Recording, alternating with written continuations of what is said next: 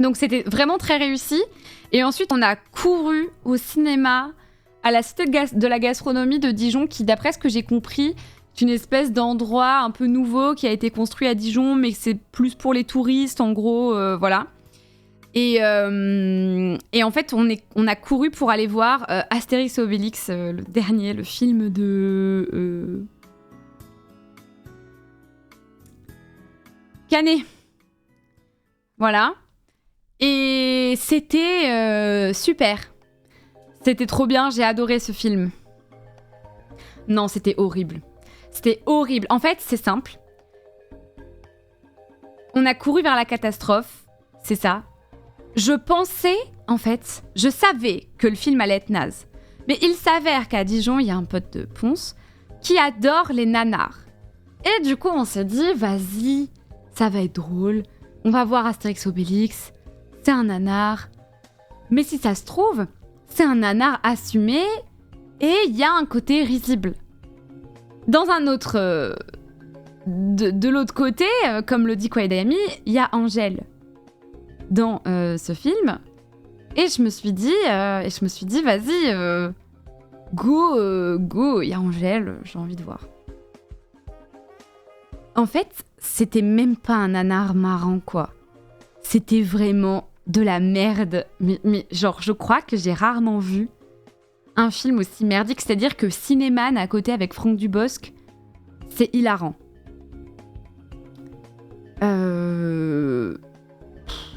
C'est compliqué. En vrai, c'est compliqué. En gros, alors je ne suis pas critique cinématographique, donc je ne pourrais pas, voilà, vous faire une analyse très poussée, intéressante et détaillée, mais c'est à chier. C'est-à-dire qu'en fait, on va essayer de commencer par le début. Le film, mais Cinéman, c'est archi pas drôle.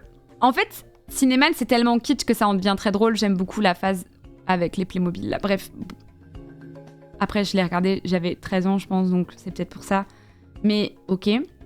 Non, mais moi, j'ai donné à mes cousines envie d'aller le voir tellement que j'ai trouvé ça nul. Non, mais c'est vraiment nul. C'est vraiment nul. Donc, en gros, le film est décousu. Déjà, j'ai l'impression d'avoir... En fait, je comprends pas qui était au montage, mais il y a des scènes qui sont mises là. Il n'y a pas vraiment de début, il n'y a pas vraiment de fin. Il n'y a pas vraiment de chute. Tu sais pas pourquoi cette scène, elle est ici. Tu sais pas ce qu'elle apporte au film, ni ce qu'elle apporte à l'intrigue, mais elle est là. Ok, très bien. Ensuite, j'ai vu quelqu'un dire, et je suis d'accord avec cette personne, que, en fait, Astérix, incarné par Guillaume Canet, on dirait un adolescent qui a mis une moustache blonde avec une perruque. Et cette personne disait Astérix, enfin Guillaume Canet qui incarne Astérix dans ce film, est fantomatique. Et en fait, c'est exactement le terme. C'est-à-dire que normalement, Astérix, c'est quelqu'un qui est surexcité, c'est quelqu'un qui, du coup, vu qu'il a pas vraiment de force, parce que lui, en fait, c'est pas comme Obélix, il est pas tombé dans la potion magique, donc du coup, il est pas méga fort, donc il compense un peu par son cerveau. À aucun moment dans le film, c'est une critique sans spoil, à aucun moment dans le film, Astérix n'arrive à se sortir d'une situation ou à trouver un cheminement grâce à son cerveau. Enfin, je veux dire, c'est une catastrophe. Il est littéralement fantomatique, c'est un peu ça en fait. Et on reconnaît absolument pas le personnage d'Astérix là-dedans. Obélix, pour le coup, moi je l'ai trouvé très bon. J'ai trouvé que c'était très bien incarné, difficile de passer après Depardieu. Donc moi j'ai bien aimé. Et non, il est pas con, mais il est pas smart non plus, tu vois, dans le film. Il est pas con, mais il est pas smart non plus. Et il était loin d'être dynamique, survitaminé, comme il peut l'être dans les bandes dessinées. Ensuite, j'ai l'impression que c'est une espèce de défilé de stars où il y a des guests partout qui ont des scènes tous anecdotiques, plus anecdotiques les unes que les autres. Et en fait, dans ces dites scènes, le schéma est toujours le même, c'est-à-dire qu'ils font une référence à eux-mêmes. Angèle, faut pas que vous éternuiez à ce moment-là. Sinon, vous la voyez pas du film, ok, très bien. Et juste, en vrai, je vais vous spoil juste ça parce que c'est magnifique, mais genre Falbala. Non mais dites-moi en fait si je me trompe, mais Falbala, on est d'accord que elle s'est genre elle est gentille avec Obélix. Elle est gentille, genre Obélix il est fin love de Falbala, mais Falbala elle s'en fout de lui, mais elle est super gentille avec lui. On est d'accord.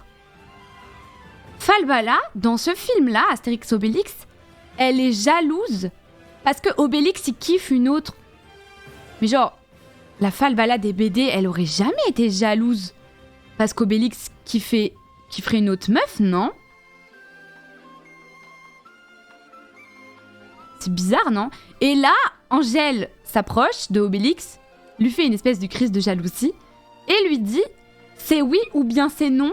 Hier tu me voulais, c'est oui ou bien c'est non. » C'est-à-dire que elle aurait clairement été jalouse. Moi, je me rappelle qu'elle était jalouse de la Traviata.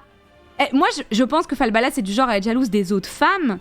Mais du fait qu'Obélix kiffe une autre, je sais pas. J'avais pas le sentiment que c'était le cas. Peut-être que je me trompe, tu vois. Merci Ayrol pour le 5e mois. Et en fait, tout était comme ça. Chaque acteur avait la ref de son propre film ou de son propre musique ou de ses propres... voilà. C'est pas très ratus. Et en plus de ça, quand elle dit Obélix, c'est oui ou bien c'est non, t'as compris la ref, en vrai. En vrai, t'as compris la ref. Pourquoi elle le redit? Pourquoi elle redit « Hier, tu me voulais, c'est oui ou bien c'est non ?» Genre, j'ai roulé des yeux. J'étais en mode « On a compris. Vraiment, on a compris. Angèle, oui ou non. La musique, on a capté. » Voilà. Elle est pas jalouse de la Traviata, mais en colère qu'elle lui vole son identité pour faire des choses qu'elle aurait pas faites. Ah, tu vois? Donc même de la Traviata, elle est pas jalouse. Mais en plus d'être nulle, ça sort du film. En fait, c'est ça. Donc là, tu sors du film et t'es en mode « Ah oui, d'accord, c'est pas du tout Falbala incarné par Angèle, c'est Angèle, en fait. C'est pas du tout Falbala, cette histoire. » Donc ça, c'est un détail, ok, très bien. Donc tout est comme ça, tu vois. Je vais pas vous raconter tout le film, mais tout est comme ça. Cotillard, je pense qu'en cumul, on doit l'avoir 2 minutes. Voilà. Jonathan Cohen, dans le rôle de Jonathan Cohen, ça c'est totalement subjectif, mais je l'ai jamais trouvé drôle. Mais donc du coup dans ce film je ne le trouve pas drôle non plus, mais je l'ai jamais trouvé drôle, donc voilà, je sais pas. Merci Aven pour le 17e mois, merci beaucoup. C'est subjectif, l'humour, c'est bon. Et juste... Bon alors, moi, je le trouve pas très drôle, mais de ce que Ponce et son pote ont dit, c'est qu'il était vraiment dans le rôle de Jonathan Cohen, et qu'en fait, tout le long, son personnage n'a rien apporté au scénario, à l'intrigue, à ce qui se passe. Il était juste là pour, de manière sporadique, intégrer des blagues à la Jonathan Cohen, en fait. Et parce que je sais qu'il y a des gens qui ont dit... ouais, mais Jamel Debbouze aussi, dans Mission Cléopâtre, il faisait du Jamel Debbouze. Ben oui, mais au moins, il avait un impact sur l'histoire. Genre là, vraiment, voilà. Je garde le meilleur pour la fin, hein, pour cette analyse, bien sûr. Analyse cinématographique très poussée. J'ai trouvé qu'Audrey Lamy était très bien, personnellement. Je l'ai trouvé super. Voilà, c'est mon avis. J'ai trouvé que, justement, j'ai salué sa performance par rapport à celle des autres. Enfin, à celle des autres. Par rapport... Pas à celle des autres, c'est pas ce que je voulais dire. Je voulais dire... J'ai salué sa performance par rapport au contexte. C'est ça que je voulais dire, excusez-moi. Elle joue bonne mine, Audrey Lamy. Mais je l'ai trouvée très bien. Donc ensuite, c'est le défilé des guests. C'est-à-dire qu'ils placent vraiment des guests pour placer des guests. Bon, ok, d'accord. Mais en fait, ils n'apportent rien de spécial, les guests en question. Et je crois que le seul passage du film que j'ai trouvé drôle, c'est le passage avec le bateau des pirates, qui, je trouve, était très fidèle au passage qu'on pouvait avoir dans la BD Astérix et Obélix. Et ça, je l'ai trouvé plutôt marrant. Sans me taper le cul par terre non plus, bien sûr. Je vais pas vous faire un tour par tour de ce que j'ai pensé de chaque joueur, jeu d'acteur de chaque acteur, parce que je suis pas analyste cinématographique et que je ne sais pas vous en dire plus sur... Enfin, je vais pas vous faire une analyse par acteur. Je suis personne pour faire ça. J'aurais rien d'intéressant à vous dire, en fait. Et je vous parle du film en général. Il y a un truc aussi... Alors oui, la salle a ri une fois en chœur. C'était à une blague qui a été faite par le personnage de Zlatan, donc du coup, qui incarne Antivirus. Je crois, Antivirus, tout court en fait. Voilà, j'ai même pas trouvé cette blague drôle, mais la salle a ri en chœur. Ok. Je vais pas vous la dire non plus parce que je vais pas vous spoiler. Et...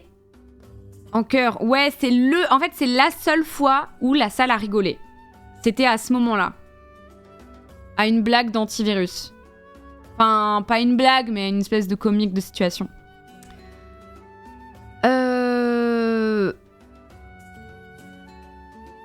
Voilà. Ah, Pompon en a parlé. Si vous voulez que je vous la spoil, cette scène, ça vous ne spoilera pas l'intrigue du film. Hein. Ça vous spoilera pas l'intrigue du film. Hein. Si vous voulez voir un magnifique film, bah je l'ai déjà un peu spoilé quand j'ai parlé de Falbala, Angèle, tout ça. Voilà. T'imagines, ça veut dire que c'est Zlatan qui arrive le mieux à faire rire le public parmi cette foule de gens dont c'est censé être le métier à la base. Bah après, moi je pense que les acteurs, ils ont pas trop eu le choix non plus. Hein. Parce qu'en fait, les acteurs sont plutôt bons, hein. Pour moi, c'est au-dessus hein, que ça se passe, hein, le problème. Hein. Et alors, oui. Donc, il y a une scène avec une blague raciste. Enfin, on est en 2023 ? Il y a une scène avec une blague raciste. Alors, excusez-moi, je vais quand même vous la raconter. Cette scène, de toute façon, elle ne spoile pas l'intrigue. Vincent Cassel, qui incarne César, est avec un personnage du film qu'on rencontre là pour la première fois dans ce film, qui veut épouser de force la princesse de Chine, et parce que du coup, l'intrigue se passe à moitié en Chine. Qui veut épouser de force la princesse de Chine, et qui veut dominer et être au pouvoir du royaume de Chine. Ok. C'est la veille d'une grande bataille. Ils se reposent dans la tente de César, tous les deux. Donc César et cette personne. Et César veut redorer son image, en fait. Il veut être en mode « Quoi, moi, César, je ne suis pas la personne la plus aimée de la planète Terre. Eh bien, si c'est comme ça, je vais conquérir la Chine. Et comme ça, tout le monde va m'aimer. » Ok, très bien.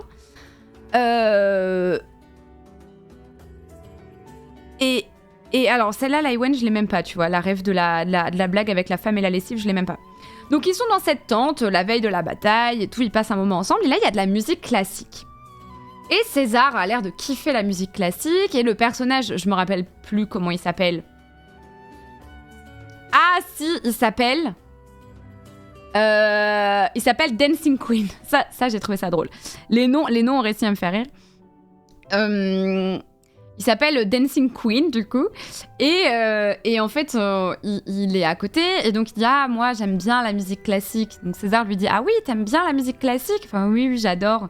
Et là, il fait « C'est vrai que ça change de vos trucs, là, Ching Chong Chong. »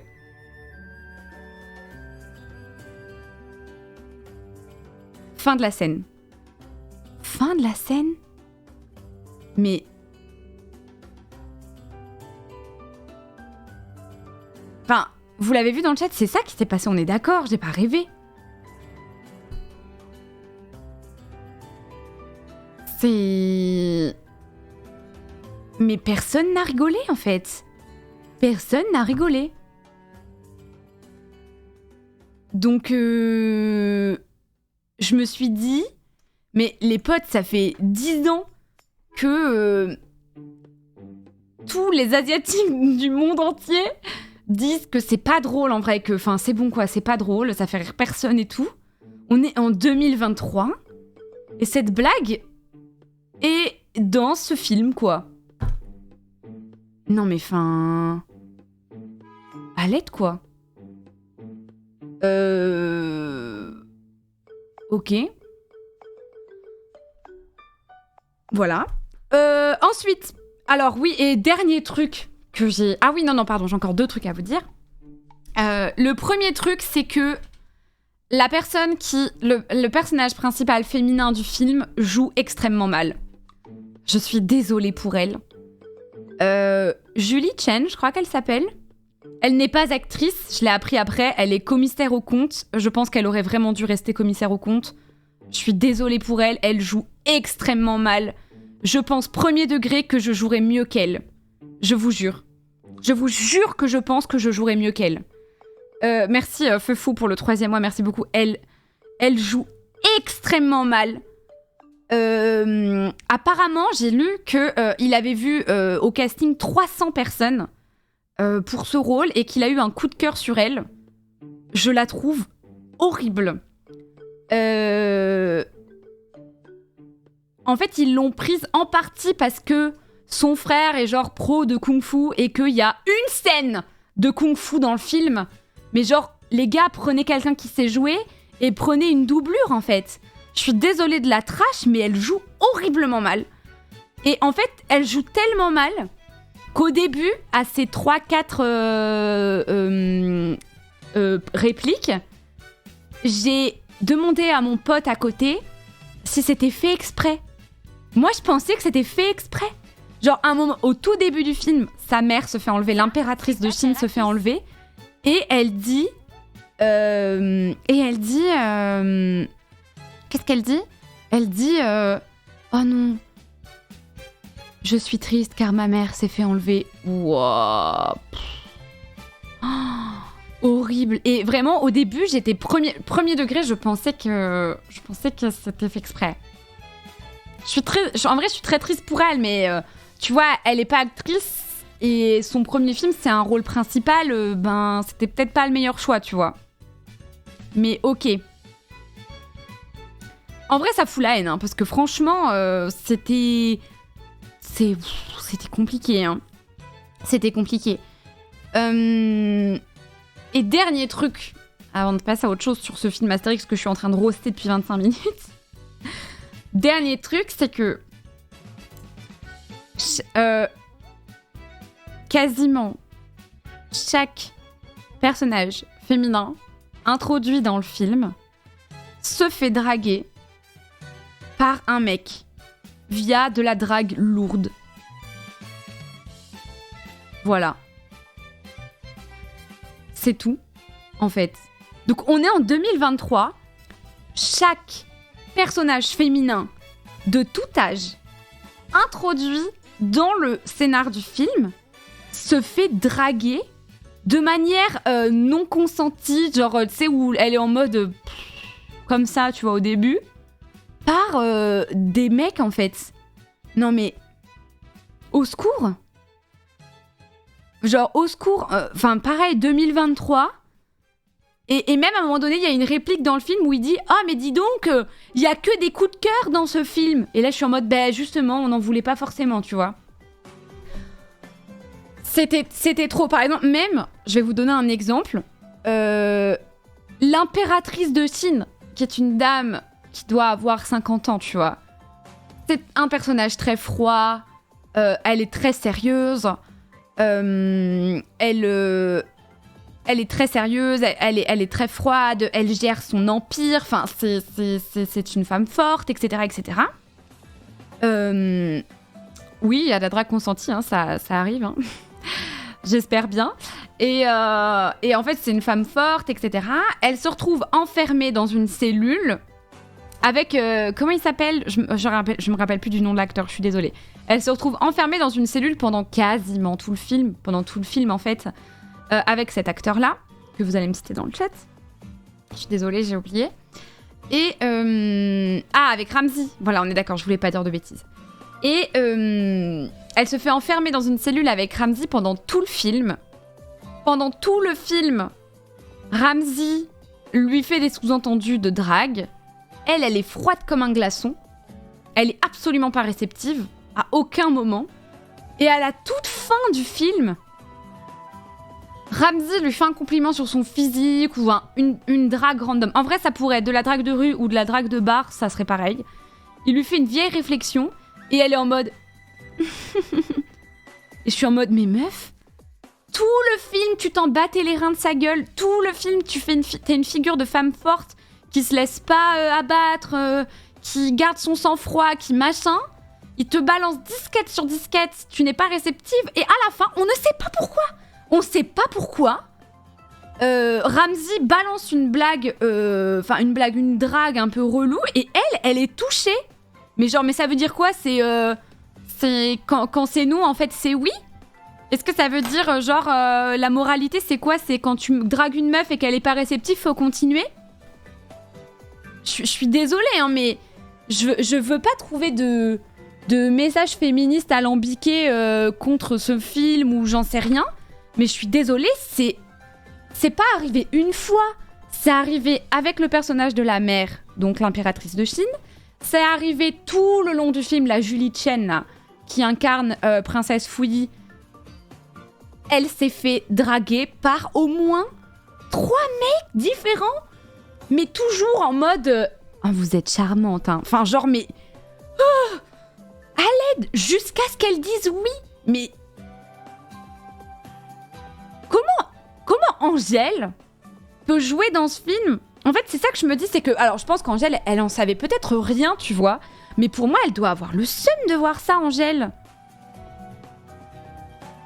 T'as vu la scène où ils espionnent la princesse en disant qu'ils vont... Ah oui, je l'ai vu. Ah oui. Bah, il y a une scène aussi où la princesse Fouilly, donc la princesse chinoise, lave son linge dans la rivière, ou le lac, je sais plus. Et Astérix et Obélix font une remarque comme quoi ils vont la ramener en Gaule pour qu'elle puisse faire la lessive en mode au moins ça sera plus de tout repos que sa vie de princesse de Chine, quoi. Bref. J'ai même oublié ça, tu vois. Merci Flames pour le 29e mois, merci beaucoup.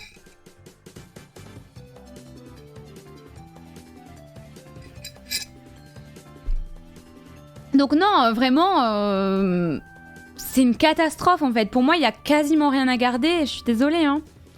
Salut Palplatine.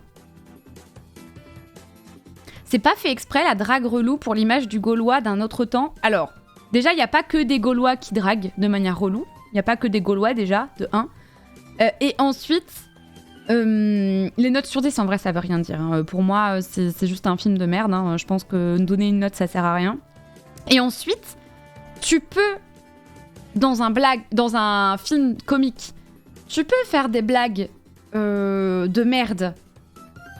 Tu peux faire des blagues de merde, limite, etc. Mais en fait, il y a toujours un processus dans le film comique qui fait que du coup, la blague, elle passe. Par exemple, soit c'est comme dans OSS 117, un garde-fou, qui te fait comprendre qu'en fait, wow, c'est pas normal ce que tu dis, on est où, en fait?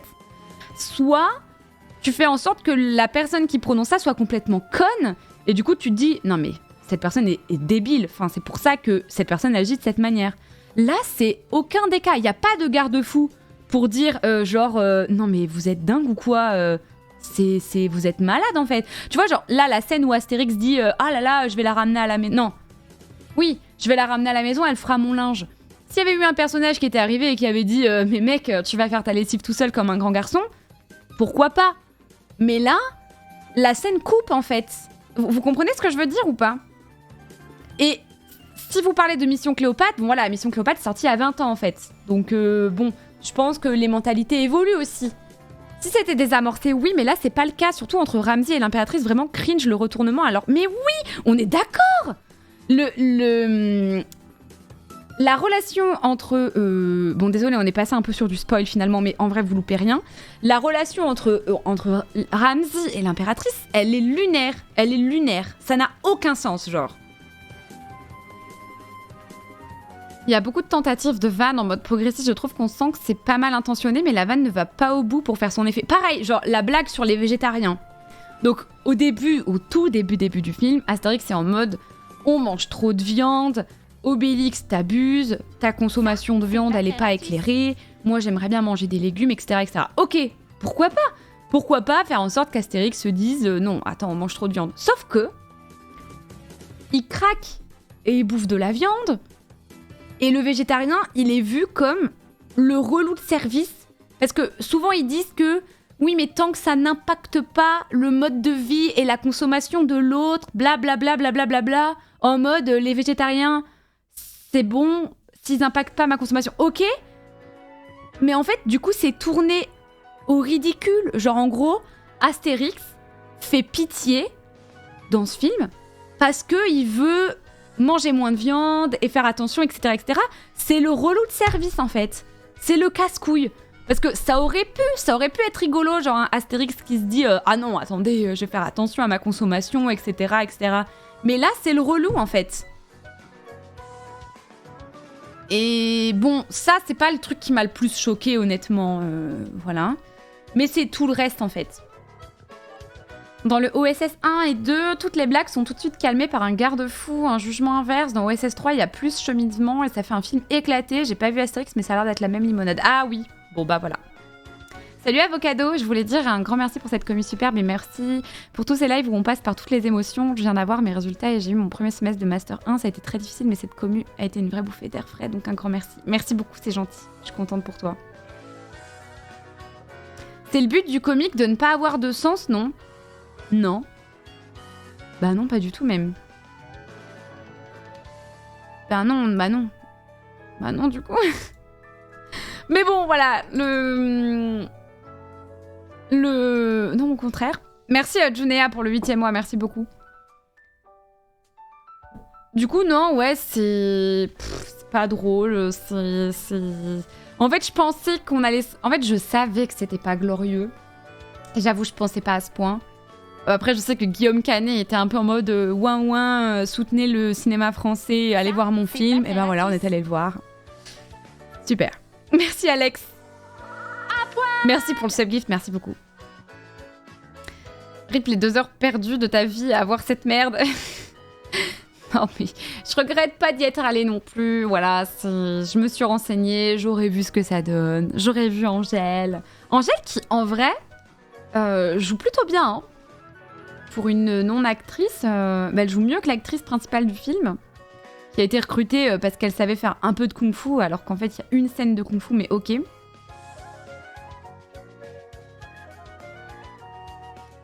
Donc ouais, non...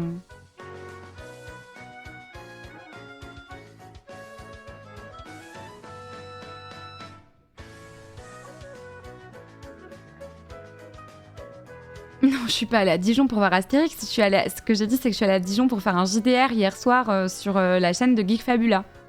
Et ensuite, on a profité pour aller à Dijon pour visiter la ville, ce que je disais juste avant. Mais aussi, donc, faire des escape games, ce que je disais juste avant aussi. Et on a vu dimanche à 14h Astérix et ensuite, on a filé au JDR, quoi. Ça fait beaucoup de route pour aller voir un AV. C'est ça, exactement. Exactement. Donc non, ça fait un peu cher le billet de Cinoche, exactement.